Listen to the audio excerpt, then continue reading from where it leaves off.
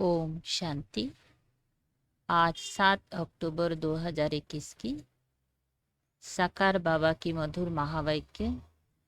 प्यारे बाबा बोले, मीठे बच्चे, हियर न एविल। एक बाप से ही सुनना है। गृहस्थ व्यवहार में रहते कमल फूल समान रहना है। प्रश्न: किन खेल को यथार्थ रीति जानने वाले बच्चे कभी मूझ नहीं सकते? किन खेल को यथार्थ रीति जानने वाले बच्चे कभी मूझ नहीं सकते?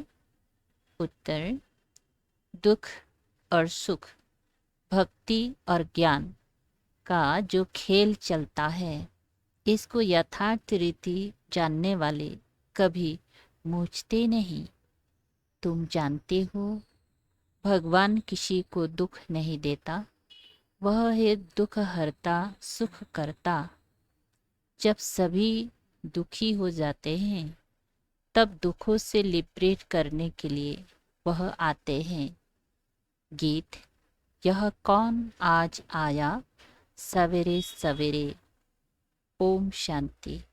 बच्चों ने क्या सुना? भक्ति का गीत। भक्ति को अंग्रेजी में फिलोसफी कहते हैं। टाइटल मिलते हैं डॉक्टर ऑफ फिलोसफी। और फिलोसफी, भक्ति तो छोटे बड़े मनुष्य सब जानते हैं। कोई से भी पूछो ईश्वर कहाँ रहते हैं, तो कह देंगे सर्वव्यापी है। यह भी फिलोसफी हुई ना। अब शास्त्र की कोई भी बात बाप नहीं सुनाते। कोई भी भगत को ज्ञान सागर नहीं कहेंगे। ना उनमें ज्ञान है, ना ज्ञान सागर के बच्चे हैं। ज्ञान सागर बाप को कोई नहीं जानते हैं, ना अपने को बच्चा समझते हैं। वह सब भक्ति करते हैं भगवान से मिलने के लिए, परंतु भगवान को जानते नहीं, तो भक्ति से क्या फायदा होगा? बहुतों को ये टाइटल मिलता होगा डॉक्टर ऑफ फिलोसफी। उन्हों की बुद्धि में तो एक ही बात है कि ईश्वर सर्वव्यापी हैं। उसको फिलोसफी समझते हैं, इससे ही गिरते आए हैं। इसको कहा जाता है धर्म ग्लानि। हम कोई भी मनुष्य से शास्त्रों का कुछ वाद विवाद नहीं कर सकते। हम कोई मनुष्य से पढ़े हुए नहीं हैं, और सब मनुष्य मनुष्य द्वारा पढ़े हुए होते हैं। वेद शास्त्र आदि सब मनुष्य से ही पढ़ते हैं, बनाए भी मनुष्य ने हैं। तुमको तो यह ज्ञान सुनाने वाला है एक ही रूहानी बाप। वह एक ही बार आकर समझाते हैं। अब हमको कोई मनुष्य से कुछ भी सीखना नहीं है। तुमको अब स्पिरिचुअल बाप से ही सुनना है। सुनने वाले हैं रूहानी बच्चे, आत्माएं। वह सब मनुष्य मनुष्य को सुनाते हैं। यह है रूहानी बाप का ज्ञान, वो है मनुष्यों का ज्ञान। यह बाबा भी साकार मनुष्य है ना। ब्रह्मा बाबा बोलो, रूहानी बाप इस द्वारा सुनाते हैं। हम रूह सुनते हैं। हम रूह फिर शरीर द्वारा औरों को सुनाते हैं। यह है रूहानी ज्ञान। बाकी सब है जिस्मानी। भक्ति में जिस्म की पूजा करते हैं, शरीर की मूर्ति हो या फोटो हो। बाप कहते हैं, तुम अपने को मनुष्य व भगत ना समझो, अपने को आत्मा समझ मुझ बाप को याद करो। तुम आत्माएं भाई भाई हो। गाया भी हुआ है, आत्मा परमात्मा अलग रहे बहुकाल। तो हमको कोई भी मनुष्य से सुनना नहीं है। कोई सवाल पूछे तो बोलो, हमारा कोई शास्त्र का ज्ञान नहीं है। हम उसको फिलोसफी कहते हैं, अर्थात भक्ति मार्ग का ज्ञान है। सद्गति देने का सिर्फ एक बाप ही देते हैं। सद्गति देने का ज्ञान सिर्फ एक बाप ही देते हैं। स्वर्ग का सद्गति दाता एक ही गाया हुआ है। तो तुम बच्चों को कोई से डिबेट नहीं करनी है। बाप कहते हैं ज्ञान की अथॉरिटी, ज्ञान सागर मैं हूँ। मैं तुमको कोई शास्त्र आदि नहीं सुनाता हूँ। हमारा यह है रूहानी ज्ञान, बाकी सब है जिस्मानी ज्ञान। वह सत्संग आदि सब भक्ति मार्ग के लिए हैं। यह रूहानी बाप बैठ रूहों को समझाते हैं। इसलिए देही अभिमानी बनने में बच्चों को मेहनत लगती है। हम आत्माएं बाप से वर्षा लेती हैं। बाप के बच्चे जरूर बाप की ही गद्दी के वारिस होंगे ना। लक्ष्मी नारायण भी देहधारी हैं। उनके बच्चे जिस्मानी बाप से वर्षा पाते हैं। यह बात ही न्यारी है। सतयुग में जिस्मानी बात हो जाती है। वहाँ ये नहीं कहेंगे कि रूहानी बाप से वर्षा मिलता है। देह अभिमान को तोड़ना है। हम आत्मा हैं और बाप को याद करना है। यही भारत का प्राचीन योग गाया हुआ है। याद अक्षर हिंदी का है। तो यह नॉलेज तुमको अभी कौन देते हैं? ये कोई मनुष्य नहीं जानते हैं।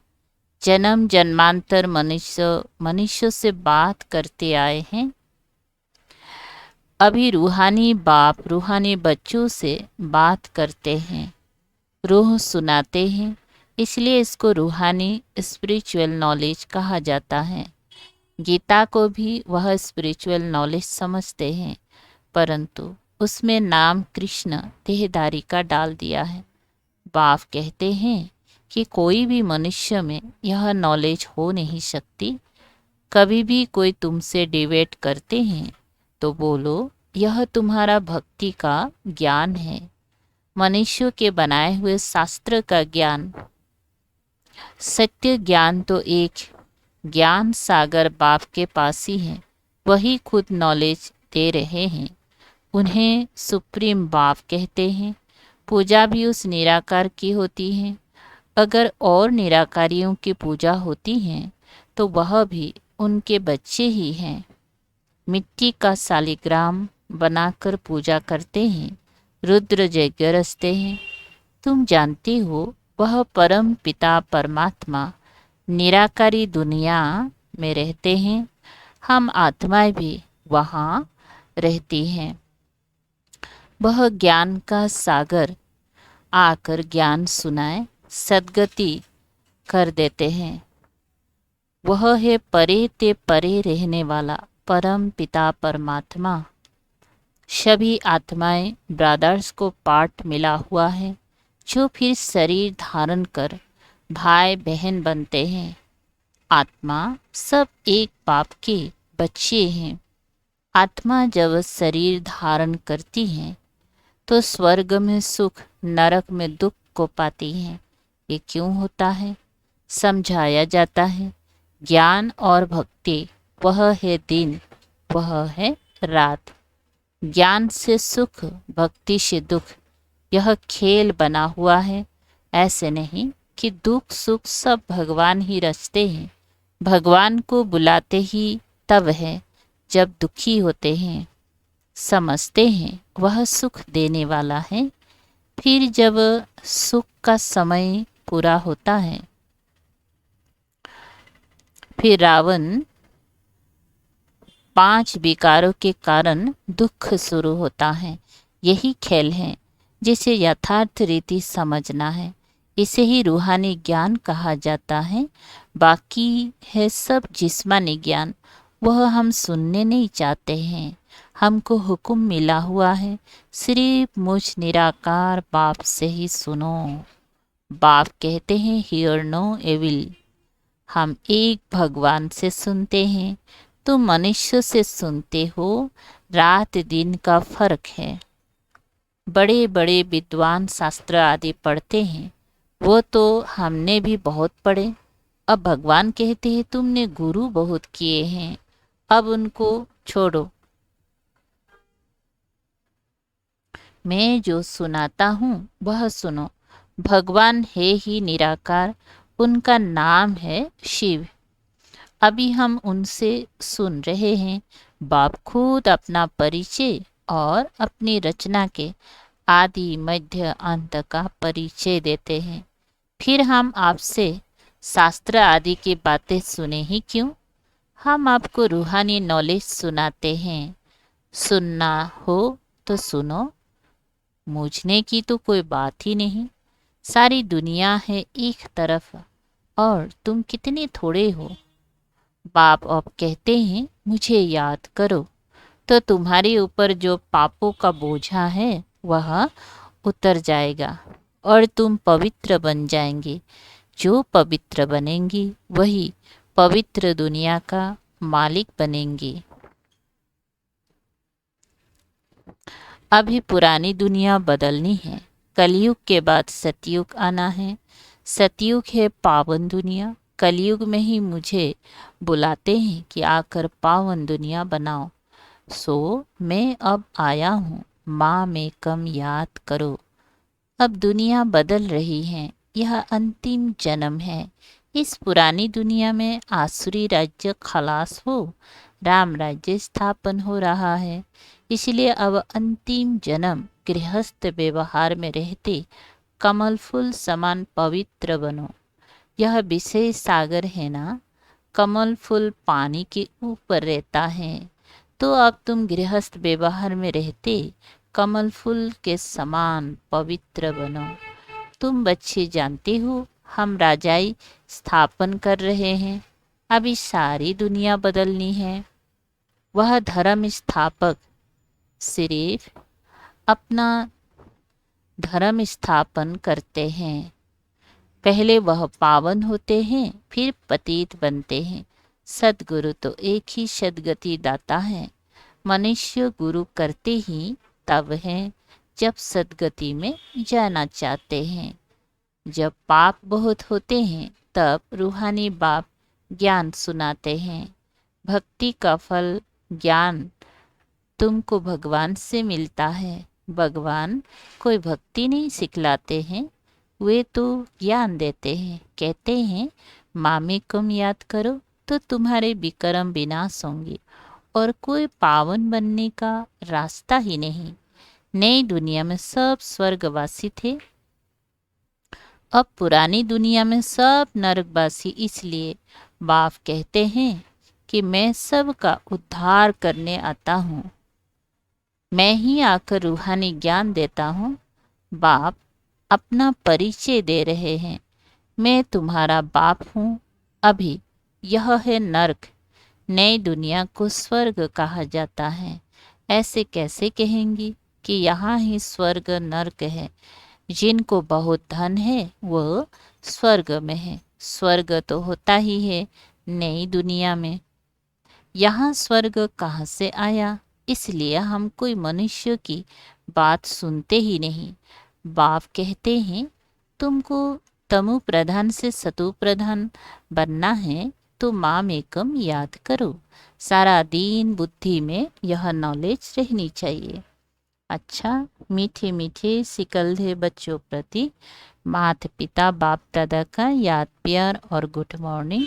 रूहानी बाप की रूहानी बच्चों को नमस्ते। हम रूहानी बच्चों की रूहानी बाप दादा को याद प्यार गुड मॉर्निंग और नमस्ते नमस्ते। शुक्रिया बाबा, थैंक यू बाबा। धारणा के लिए मुख्य सार है। 1 नंबर, एक बाप से ही रूहानी बातें सुननी है। किसी से दूसरी बातों का बात विवाद नहीं करना है। 2, देही अभिमानी बनने की मेहनत करनी है। सतु प्रधान बनने के लिए एक बाप की याद में रहना है। अच्छा, वरदान है बाप के हाथ और साथ की स्मृति से मुश्किल को सहज बनाने वाले बेफिक्र व निश्चिंत भव। बाप के हाथ और साथ की स्मृति से मुश्किल को सहज बनाने वाले बेफिक्र व निश्चिंत भव। विस्तार। जैसे किसी बड़े के हाथ में हाथ होता है तो स्थिति बेफिक्र व निश्चिंत रहती है। ऐसे हर कर्म में यही समझना चाहिए कि बाप दादा मेरे साथ भी हैं और हमारे इस अलौकिक जीवन का हाथ उनके हाथ में है, अर्थात जीवन उनके हवाले है, तो जिम्मेदारी भी उनकी हो जाती है। सभी बोझ बाप के ऊपर रख अपने को हल्का कर दो। बोझ उतारने व मुश्किल को सहज करने का साधन ही है बाप का हाथ और साथ। स्लोगन है, पुरुषार्थ में सच्चाई हो तो बाप दादा की एक्स्ट्रा मदद का अनुभव करेंगे। पुरुषार्थ में सच्चाई हो तो बाप दादा की एक्स्ट्रा मदद का अनुभव करेंगे। अच्छा, मातेश्वरी जी के अनमोल महावाक्य। एक, ज्ञान योग और देवी गुणों की धारणा जीवन का आधार है। यह तो अपनी को निश्चय है कि परम पिता परमात्मा द्वारा हमें नॉलेज मिल रही है। इस नॉलेज में मुख्य 3 पॉइंट है जिसके लिए अपने को पूरा पुरुषार्थ करने का ध्यान रखना है।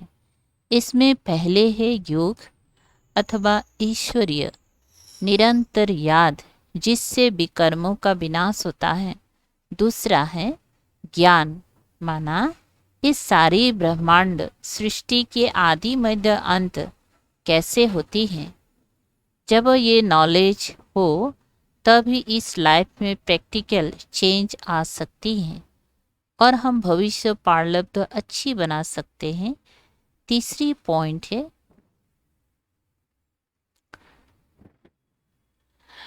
क्वालिफिकेशन।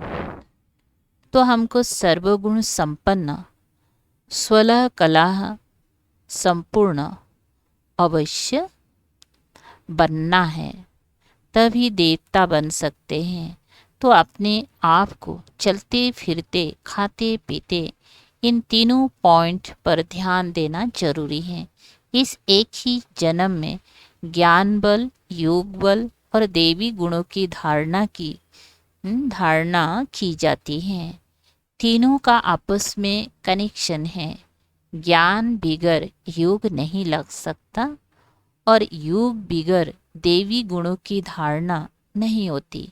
इन तीनों पॉइंट पर सारी जीवन का आधार है, तभी विकर्मों का खाता खलास हो अच्छे कर्म बनते हैं। इसे ही ईश्वरीय जीवन कहा जाता है। 2, भारत का प्राचीन योग परमात्मा द्वारा सिखाया हुआ है। अपना यह ईश्वरीय योग भारत में प्राचीन युग के नाम से मशहूर है। इस युग को अविनाशी युग क्यों कहते हैं? क्योंकि अविनाशी परम पिता परमात्मा द्वारा सिखाया गया है।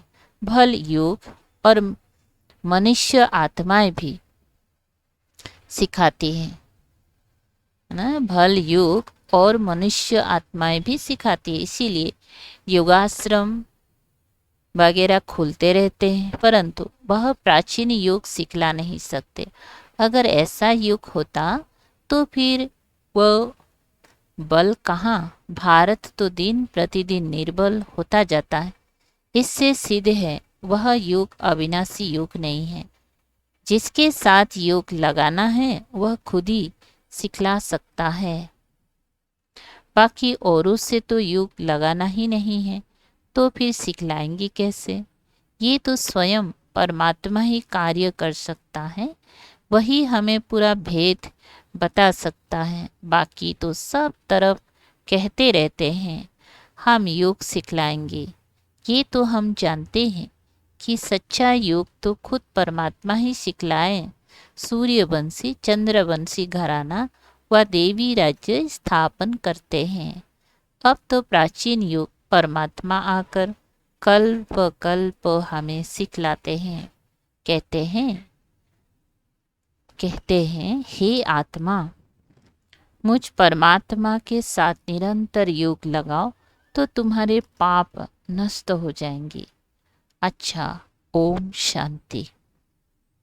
Thank you Baba.